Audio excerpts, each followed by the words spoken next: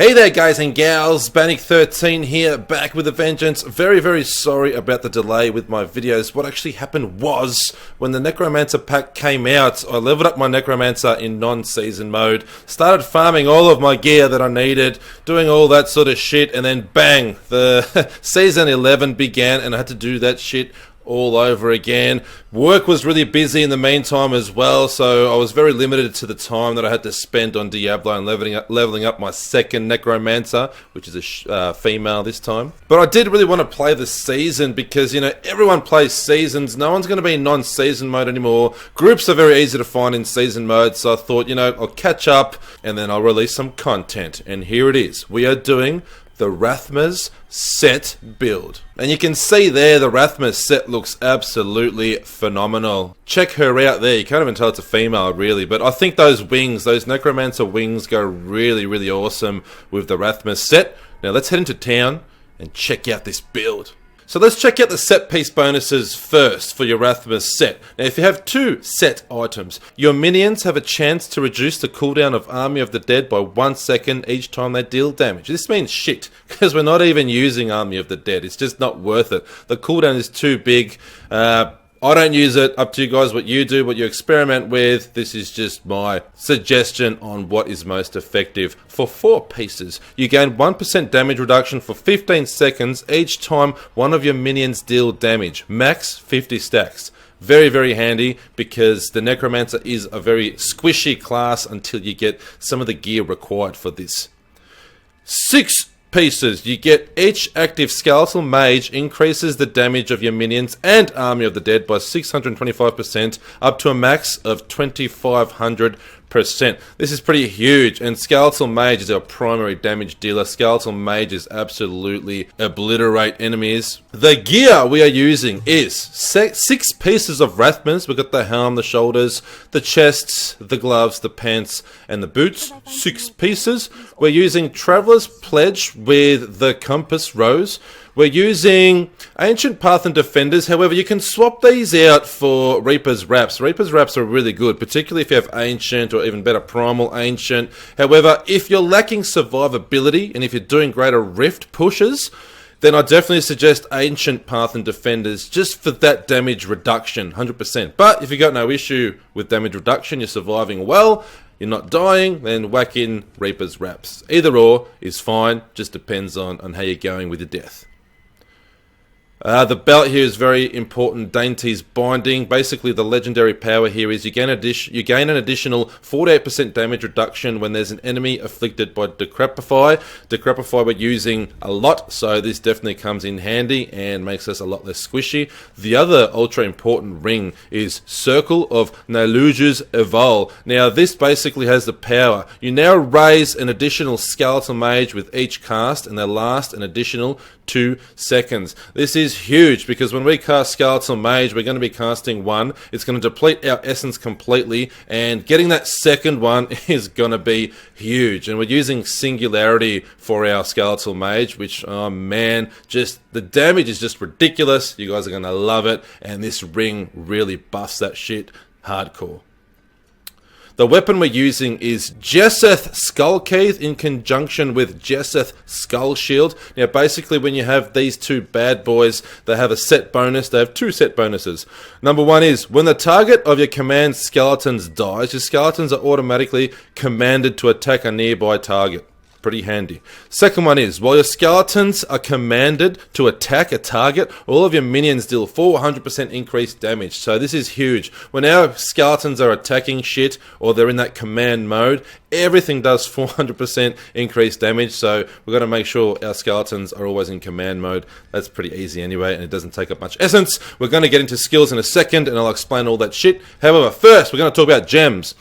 As you can see, I haven't even leveled up my gems properly yet in this season. However, it hasn't stopped me from easily farming Torment 13 and pushing greater Rift levels rather comfortably. So this just goes to show that the build and the set is ultra effective as long as you have the proper skills and the legendary items that go with it to really make it work together.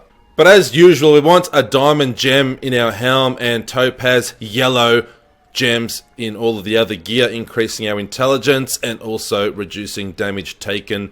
The legendary gems we're using are Bane of the Trapped, we're using Molten Wild Beast Gizzard, and definitely Enforcer to increase our pet damage, because pet damage does multiply with our skeletons and our skeletal mage and whatever else companions we're using, because it's kind of like they're our pets, even though they're not, technically. Now, Canai's Cube, ultra important as well. I literally wouldn't swap any of these, but you guys are free to experiment. Our weapon, we're using Raylena's Shadow Hook. Basically, every point of maximum essence increases your damage by 0.5%, and bone spikes generate 5 additional essence for each enemy hit. The armor, Tasker and Theo, increasing our pet's attack speed by 50%, and jewelry, Crispin's Sentence. This is a definite must. You deal 100% increased damage against slowed enemies, or triple the bonus against enemies afflicted by any type of control impairing effect, such as our command skeletons that will freeze shit, anything that also has another movement impairing effect that isn't just the slowed effect, makes everything triple. So you can see we have a lot of multipliers here that run together, and once they're all running together, man, we do a shitload of damage. It's pretty OP, to be honest. Just got to work on damage reduction, really. It is a bit squishy, but there are ways that we counteract this. Let's get into skills. We're using Bone Spikes with Sudden Impact. I'm using Blood Rush with Potency. However, you can change this around for another curse. We can definitely put in Frailty and Scent of Blood. I like using, just to increase damage that much more. However, I like mobility, so I keep Blood Rush Potency, but it's not a must. You can definitely have Frailty in there. It'll definitely boost your damage. It's probably more ideal for greater rifts. However, I like mobility. I like getting out of situations I don't want to be in, and also with Potency it increases your armor, so you get extra damage reduction as well. We're using Bone Armor with Thigh Flesh Sustained, Command Skeletons with Freezing Grasp, Skeletal Mage with Singularity. Now, very important thing to note, when we cast this Skeletal Mage, it just depletes all of our essence. And because we have that ring, we get 2 Skeletal Mages. So just make sure that you have Command Skeletons, you do your Curse, your Bone Armor. Make sure you cast everything you need to, and do Skeletal Mage last. It'll deplete your essence, but we'll get it back really quickly with Bone Spikes, and then we can cast more Skeletal Mages. So rinse and repeat. I'll show you an example in a second. Decrepify with Dizzying Curse. Our passives, we're using Swift Harvesting, Extended Servitude, Spreading Malediction, and Final Service, which is definitely handy if we die. You know, every minute we get saved, basically. So I guess all that's left is just show you guys an example of how this thing works in Torment 13. Let's go check it out. Fields of Misery is a pretty good place because of the density. As you can see here, there's always big packs everywhere, so good place to show you guys a gameplay example.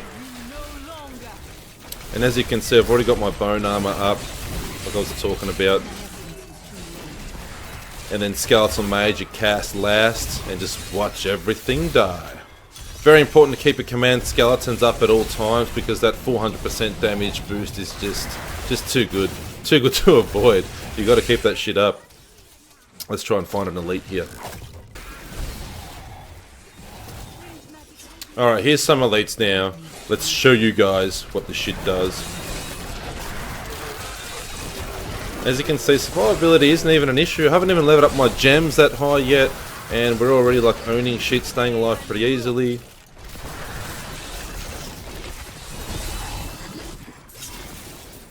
You guys get the idea, I suppose. So stay tuned to the channel. We're going to be doing set dungeons next, other Necromancer guides. You know, now that I've pretty much farmed all the gear that I need, I've got all of my sets, and I've got all 4 sets ready to go. Now just got to experiment, do a few tests, and it's just a matter of recording. So the hard bit's done. I've had my leave of absence, and now I'm ready to record. So you guys, subscribe if you want, but be warned, you will see this ugly mug a lot more often.